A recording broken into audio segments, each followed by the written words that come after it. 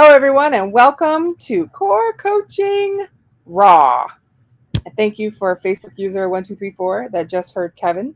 We appreciate you. We can't see the names of people right now, but either way, I am Jackie Schwab, and this is our fearless leader, Kevin Pedri. Thank you guys for being here. There you go. Technical difficulties. We just got to get those out of the way and figure this stuff out. But, with all those Facebook changes, you know how that goes. But we're Perfect. here. Look at this. So, Danielle, thank you. This is Facebook user Danielle. She can see and hear both of us. Thank you so much for that. We appreciate it. Nice. So, hello, everyone, and welcome to Core Coaching Raw. This is a new series where Kevin and I are going to meet with you every week and talk about the real deal. Now, I'm not talking about the fun, the stuff that people market to you, or all of those little tiny tips and tricks about how to scam and get over and all of that. We're going to be talking about the real life difficult crap that you pretty much have to go through. Hi, Lisa. Thanks for joining as well. We appreciate you. So, Kevin, what is our fearless topic for today? We're really going to be talking about the foundations of business building. And I think this is the stuff that people really overlook when, when they're looking to build a business. They want to know strategy. They want to know all the high level stuff. They want to know how to scale. They want to know how to make millions of dollars. And they want to create all these great things. But it's the basics first, right? And I think this is the stuff, the behind the scenes stuff that we're going to be talking about a lot to really get people plugged into what does it mean to run a successful, profitable, passion-filled business. Wow, that sounds exciting. All right, maybe it does, maybe it doesn't. I'm just kidding. So today's just high level topic for today, and then we're going to dig in a little bit, is I believe that there's kind of essentially four pillars of business building, and they all start with a P, right? So, and they're easily answered by one word questions. And so today we're going to talk a little bit about the people, which is one of the P's, and that's really who. So I wanted to start it out with a little bit about what's the big deal about who? Like, who do you serve and why do we need to know that? Because I find, and I don't know about you, Kev, so many of the coaches I work with, I ask them, like in our community, I even said, like, who do you serve? We have almost 500 people in the community, and we had 3 people that responded. So what if you don't know who you're serving? Like, how does that work out for you? Yeah, and I think this is the hard thing with coaching because it's such a broad topic that it's like I can help everybody, and I know that a lot of people have a hard time really defining what that means and who that target is and what the outcomes are.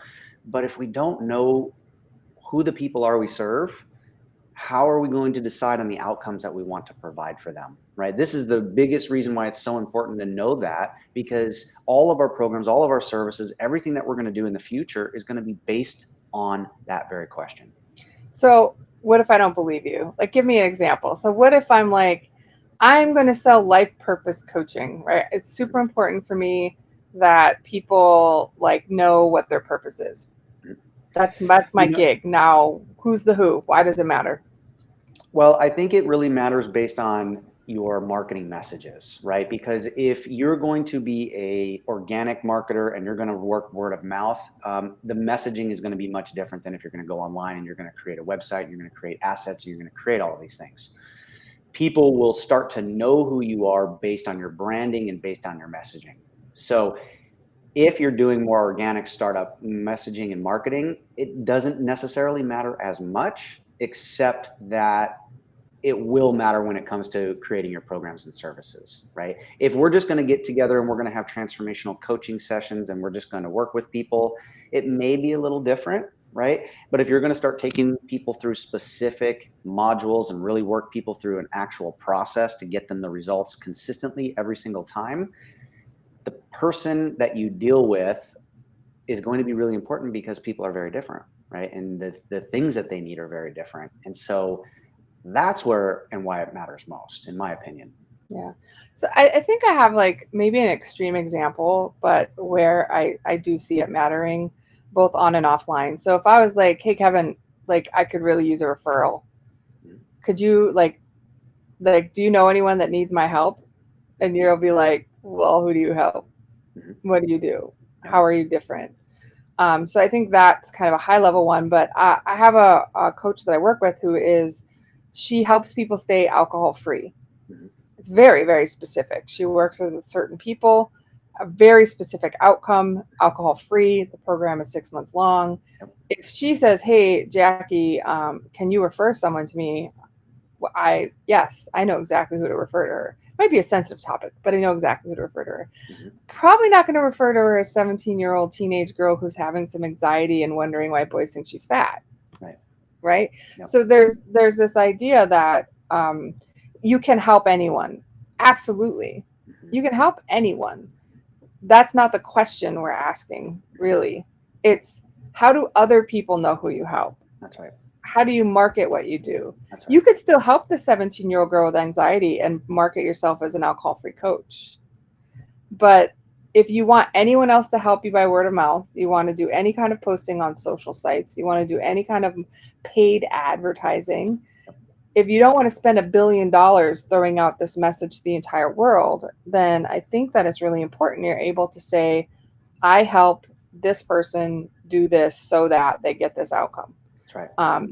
The other thing is people are used to being explicitly marketed to. Mhm. Like, when's the last time you got on your Facebook scroll? And I swear, yesterday I was looking at this like yoga class yesterday. Now all that's on my feed is like yoga pants, yoga stretches, yoga classes, yoga bottles, and Right. I'm not particularly like a uber yogi. So it, people are like used to getting marketing that says, I'm looking for someone named Jackie who's a little overweight who thinks she might like yoga yesterday but not today Yep. and wears glasses. And so they're used to Yep. getting that level of marketing. Well, and it comes down to, again, we talk about outcomes in the services that we provide, but really more than that, it's like if we're going to get people to buy products from us, people have to be really clear about what they're going to get from you, right? It's like if I'm saying like, well, we're going to work on this stuff and we're going to have good conversations and we're going to do this and we're not really clearly articulating, why are people going to give us money, right? So we have to know the pain points and we have to know the outcomes that we can provide in that specific niche. And again, it's very broad, but I think it needs to be very laser focused when it comes down to, and really, in my opinion, I think it's just all about outcomes because I think the unspoken thing for a lot of therapists and healers and coaches is that they fear the inability to follow through with their expectations that they want to give the people and the results, right? So even before we even talk about people and what they want, it's can you provide the outcomes? And that's more important, in my opinion, because if you're a real thought provoking and really a caring person about what you do, that's going to keep you up at night. Right.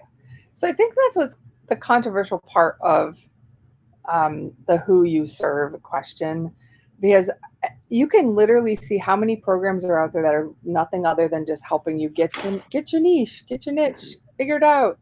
But I think it's important that we know the why, right? Like, why do you find that that's important? Otherwise, it's just one more exercise from one more business coach to fill out this form, look like a check the box. But there really is a reason behind it. It's so you can have confidence that you're able to provide the outcome. But there's a couple more people in the who. Mhm. It's not just who you serve, but it's who serves them. Yep. So I know what I mean about that, but what do you think I mean about that? I think it really means who else is marketing to them, who else is showing up, who else is knocking on their door for the same thing, right? And again, this is one of those things that are we creating a service that's just another noise out there, or do we have something that's very unique, right? I might have all these great ideas, right? But if there's like 30 other people right behind me doing the same thing, is this really something that I want to provide? Right. And again, this really is dependent. I mean, I'm not much for competition because I think the world is really huge. And I know this is kind of where we're going with this topic, but there's a big difference between doing organic face to face marketing and social media marketing because social media marketing is brutal. And everybody here understands that, right? If you are new to social media marketing, you know how competitive it is out here. And you need to clearly articulate with the giants about how you can help them. Yeah. So I'm going to go another way with that too. Yes, yes, and more yes. Um, But there's also two other positives that you can look at on who else is serving your audience. The first one is it's good if there are others serving your audience. That means there is a demand, right? There is a marketplace. But the other is you can look at how they're choosing to serve them. If there are 5 other transformational life coaches out there that work with, guys at 55 and above on kettlebells, right? Then, okay, what are they saying? Now, don't copy anyone because that's just of low integrity. But if they're all saying, it's about bulk, maybe you can say it's about, reps, or maybe you can say it's about slow moving bells or whatever. I'm not into kettlebells. That's more your gig. But the point being, you can utilize that information as information you can use to reform your message or find your unique sales proposition. The other piece of that is it also shows you an opportunity of collaboration. Maybe you don't want to go it alone and be the sole person out there teaching kettlebells, but you're into it. Maybe there's 6 other people that are, and you can do one part of the program and they can do another part. So I think really taking some time to really think through who you want to help and who else is helping them is a great opportunity. It's really a great way to just have a foundation. And it's literally, if you were to submit a business plan to a funder, to a bank, part of what they would ask you is who's your target market? What's your total addressable market? What's your serviceable market? All of those things are what's your niche, right? Those are in a business plan. And the other thing they're going to ask you is a SWOT analysis, the strength, weakness, opportunities, and threats of your competition. And so we're not talking about things that are just here to make you crazy. And we have to remember that even though it's coaching, even though you're a healer, even though it's therapy, it's still a business, a traditional business. And if anyone is going to believe in you, anyone is going to support you, anyone is going to give you funding, there are fundamental questions that you need to answer. And some of them are the who. And one more who question is, it's really about, are you the best person to do all of the things in your business? Or who else may be able to help you do that? Can you talk a little bit about that from your perspective, Kevin? I'm really glad you talk about this. And this was like a huge eye-opening experience because I've run businesses and I've run, with staff with 15 people. And as I continue to move into the space of coaching and online coaching and trying to, continue to scale my business, one of the biggest things I realized is that many times in my career, I tried to do it all myself. I thought I could do the website design. I thought I could do the Facebook ads. I thought I could do the, web development and the click funnels and you get it, right? Like I could do it all. And I actually thought that in order to be a good CEO and an executive coach and a career coach and all the stuff and an entrepreneur, that I needed to know all of that stuff. And the amount of pressure that created was intense, insane. And what I realize now is that in order to build a successful business, it depends on where you start, right? Like maybe you're starting as a cash business and then you want to scale and you want to move up. But the truth is, if you want a turnkey business that provides you real freedom and real opportunity to not be bombarded and buried in your business, is that you have to invest in it. You have to invest in employees. You have to invest in processes. You have to invest in legal help. You have to have accountants and bookkeepers and all of these pieces that are a part of real businesses. I'm going to say this really clearly. If you think you're going to create a multi-million-dollar business and scale your business without much experience and if you're a brand new coach and you think you're just going to jump out there and you're going to like get all these leads and it's just going to be magical, you're mistaken. And it's the number one thing that I can guarantee you is the biggest mistake with online marketers and people and influencers today. They're lying. And I don't know that they're lying, but it's just that it's not reality. Okay. And I think there's this like, it was a really good question I actually was posed to as a caregiver. So I have a child on autism spectrum and I'm involved in a lot of caregiving groups. And there was a question posed to me that I think you should pose yourself as a business owner as well. And it's, just because you can doesn't mean you should, right? I think that there is something to be said for understanding enough of the how to do the things that you could tell someone what to do Yep. of those things is important. But there's really no way to be an expert at digital marketing, sales and advertising, product creation, program creation, legitimately having a law degree in the appropriate ways, bookkeeping, finance, taxes, etc. And so you may start that way, and there's no shame in that game. You can start as a hobby, there's no shame in that either. You can start as hourly. All of that is great. Start with where you are. Yep. But consider at every possible moment that it makes sense, just because I am and because I'm the best at it, should I be still doing this? That's right. And that could be little things that are like low value but high turn, like just takes a lot of time to onboard a new client. Yep. Maybe you get a VA for a Yep. reasonable rate, and it literally saves you so you can do 6 more one-on-ones in the time that it takes for that VA to do all that other work for you. So I think we really do got to look at where you are in your business, where you are right? in your business, yeah, Yeah. and who you're serving and who can help you serve them. That's right. Right, because when we start talking about scaling our business, like everybody talks about, like even if you get a VA that can help you, and even if you can get people that can manage some of these things, guess what? You have to manage them. You have to manage the process, and that takes away from your freedom of having to do these things. And it's like, for me, I want to be with clients. You know what I mean? It's like that is my passion, and I want to be in the trenches because I love that stuff. And I just got so burned out and exhausted. I'm always investing. I'm always working with coaches. I always have coaches. And, but it's like this idea that I have to run it all, right? It's like when I had my 7,000 square foot gym, we had 15 employees, we had contractors, we had all of these people, and still it was madness, right? It was still madness. We still created all these great workshops and classes and all these things, and it was still madness. Right. I think there's I don't know, saying, I don't know if you got this saying by where you are, because I'm in the Midwest, but my grandmother always told me to be careful I wasn't getting too big for my britches. And I think there's a little bit to be said with that in terms of scaling. You can't scale something that doesn't yet exist. And if you're still doing kind of an hourly model, that's not yet, right? Maybe not yet a point where you would go start investing in a whole bunch of people to help you.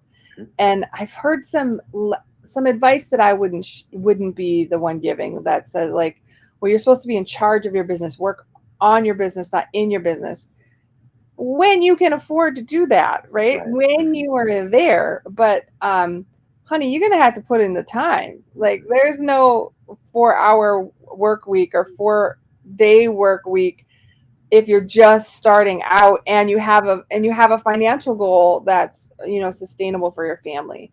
There are always exceptions. I'm sure Yogi's going to give me a call and tell me, like, girl, I can live off 50 cents a day. Okay. But that's right. If you have a certain lifestyle you're looking to live and a certain financial income you're looking to make, you don't delegate a right away, but you delegate when it's the right time, as soon as you can, right? And I think it seems semantically being picky, but it really matters. At least I think it does. What do you think? I do, and I agree with that 100%. And I think with both of our experiences in the corporate world and a lot of the career coaching, executive coaching, and things like this, it's like the truth is, it's like we need to get to a certain point in our business, like on a cash model, where we're like seeing tons of clients, where we get really comfortable with the flow of money and how we process it, and making sure that we're doing our service properly and making sure that our clients are happy, and all of these things that go into the process of making sure that your skill set's right and that you can actually move into some sort of scalable signature program. But you can make a lot of money, right? $8, $10, $12,000 a month on an hourly basis, depending on how much that you charge. And it's realistic, right? When we start talking about making 20,000, 30,000, 40,000, I was just talking to a coach the other day who was going, yeah, this guy was making $100,000 selling $2,500 services. And I went, that's like 40 people a month. When you think about the output of 40 people a month, let's just break it down a second. I have to talk to 40 people a month and onboard them. If I was onboarding 40 people, that's going to be 40 hours worth of work right there. right? What about all of the people that you have to talk to on top of that before you even get to 40 sales? Well, I'm Yeah, I think, suspect. I'm yeah, suspect. I'm a little suspect to that because yeah, I've done a lot of high ticket sales, and it's like I just whatever. I mean, people can claim what they want, and I think that's okay. But when we look at it, like the idea of even just selling $100, right? If we needed to make $6,000 a month, right? Like the math. yeah. If we want to make $10,000 a month at $80 or $100 a month, right? Like, and then you have to talk to people, and Service then you stuff. have to service those people, and then you have to do the back end stuff, and then you got Yeah. like, oh, and then I have to, we forget, then I have to like make sure that I let them know about their appointment reminders. And then I need to fluff them up a little bit after and tell them, thanks for coming. And it's like all of this time we forget it takes for client management, right? And it's like, why did I get burned out? Why did I have anxiety in my career? Why did I feel like I was just like crazy, right? Yeah. Well, now I know. I think it gives like two pieces of practical insight that I would offer up from what you've said. Is the first is um, trust but verify, Mhm. right? If someone says to you, if you bought a program, if you bought the program from your guru of last month that cost $5,000, okay, and they're telling you, hey, I make $300,000 a year, and you and five other people show up to that group program, Yeah. do the math. That's all. I'm just Yep. saying, do the Yep. math. Well, just think about that, right? Like, think about sell. And I always ask people on intake, right? Like, how many, like, have you ever sold anything at $1,000? Have you ever sold anything at $2,500? And people go, I don't even know what I could sell at $2,500. Some people are like, I don't even know if I'm worth $100. Honestly, I don't even really know if I'm worth $50, which is okay, right? Because we have to start somewhere, and we have to get comfortable, and we have to work through the process, right? This is all the stuff you're like, we're going to create a group coaching program, and we're going to create signature programs and all this stuff. And it's like, okay, cool. I know the journey, and you can be an expert, and I know it. But realistically, where are you right now? And what do you need to do to get to where you want to go realistically, right? And with that, because I honestly, I know I'm a little passionate about this stuff. I get a little fired up, but it's like we can all work towards anything, but we have to be clear about where we are right now, and we have to look at the whole picture, and we have to look at the because otherwise, and I think too, some people are just not meant to run a business. And I'm sorry, it's just the way it is, right? Some people are not CEOs. Some people do not have the capacity to understand what it means to be an entrepreneur and to look at the big picture and to create massive organizations. Does that mean that you can't be successful being really good at your craft and doing hourly based and doing workshops and doing, yes. And does that mean that you can't necessarily hire somebody to help you in your organization so that you can still get to your goals? Yes. But it just means that you have to invest differently. It means that you have to look at it on this is what Jackie talked about at the beginning. Who do I need to hire? Who do I need to have running my organization? Because I can be an investor and still be a part of the organization. But if I'm not good at the role of CEO or CFO or accountant or all of this, I have to hire it. Otherwise, it's a hobby. Yeah. Otherwise, it's a hobby. I think there's one more big who that I want to make sure that we get out there. And you alluded to it, but I want to be explicitly direct. You're so Uh, funny. there's the who do you got to talk to actually get one client little journey, right? I don't think people think about the time investment. If we take the journey of a person we don't know to a customer, it's how did you attract them? That's right. Did you talk to them?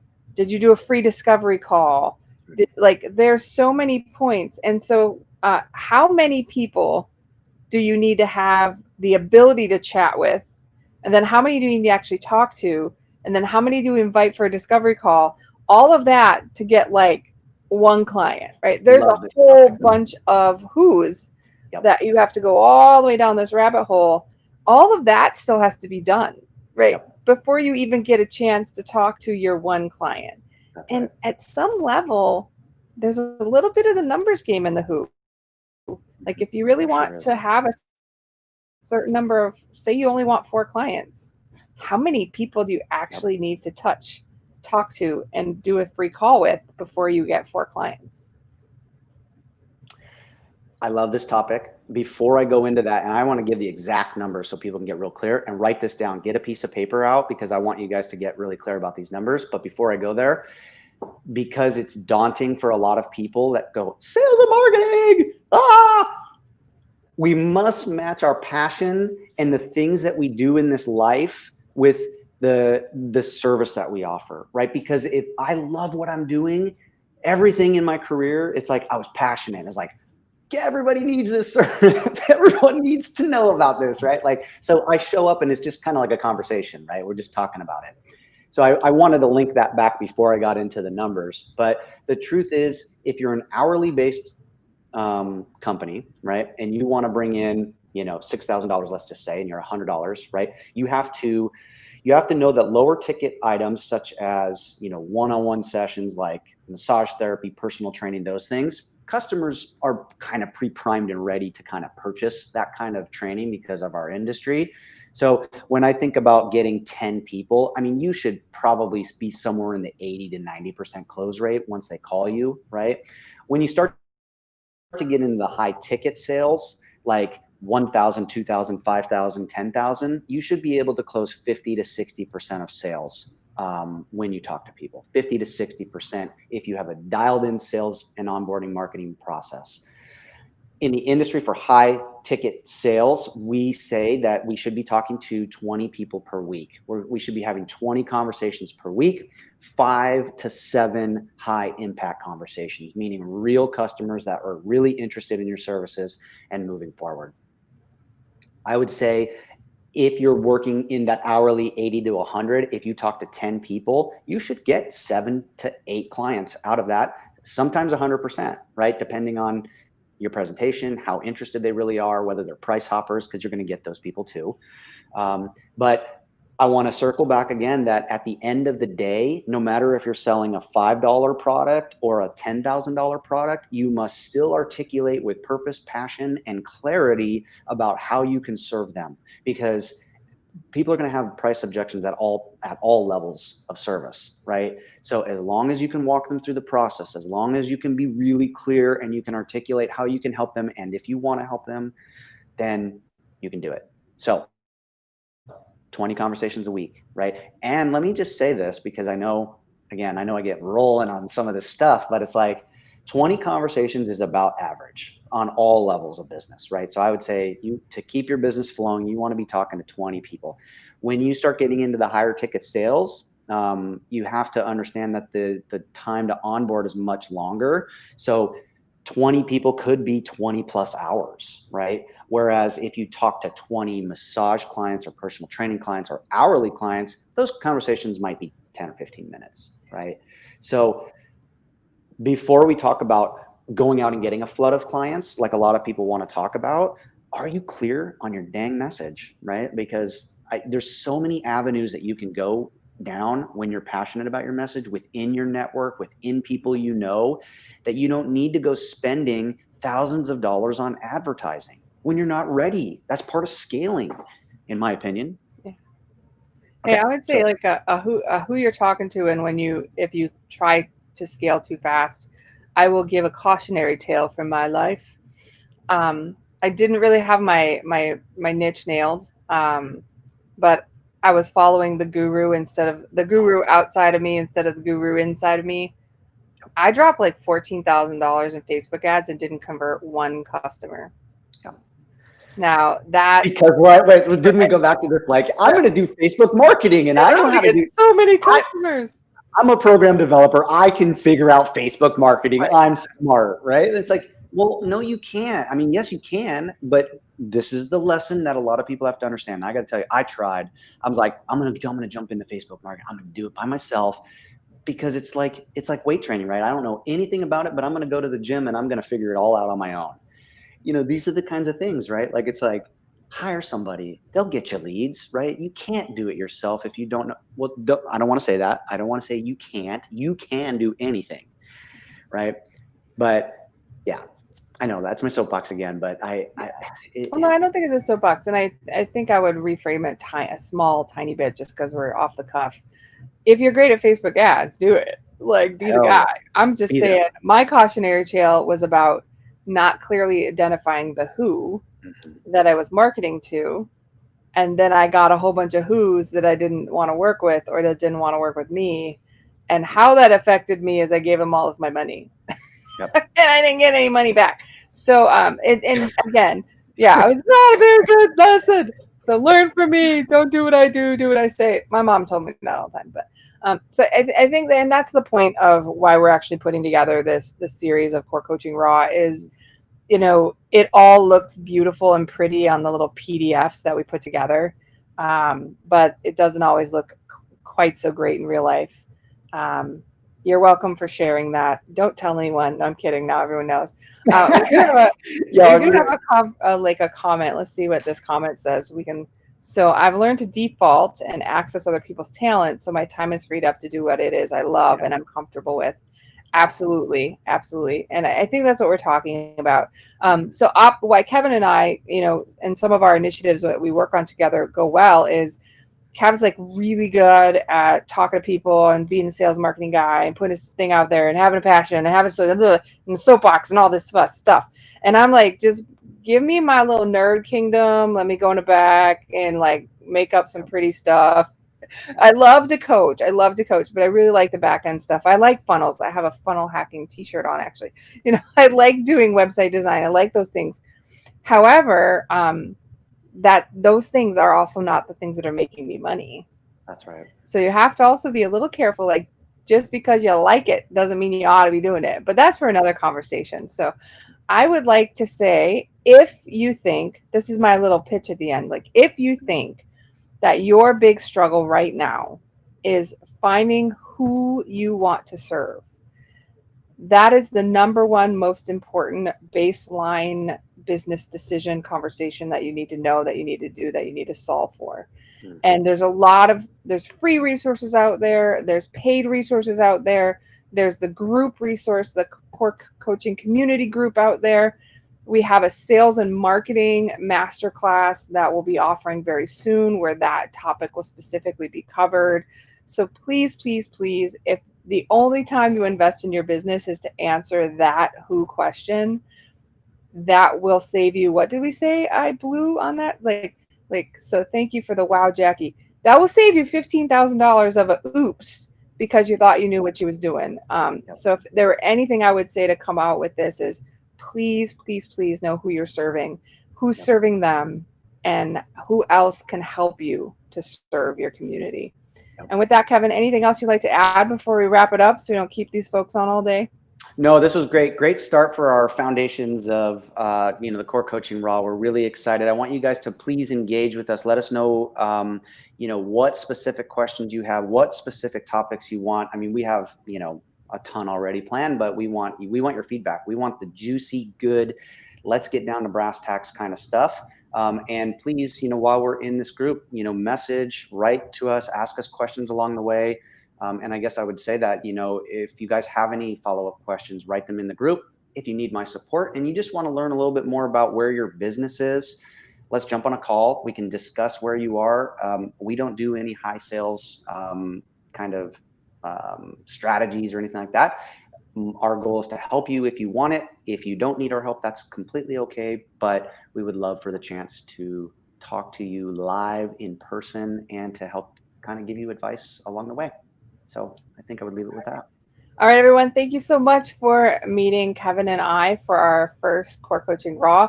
We look forward to seeing you on every Wednesday. So come back to the group and we'll tell you lots of good things and hopefully help you make your business scale at the right pace, at the right time. All right, everyone. Thanks so much. Kevin, thanks for joining me today. We'll see you guys all next week. Bye. See you guys.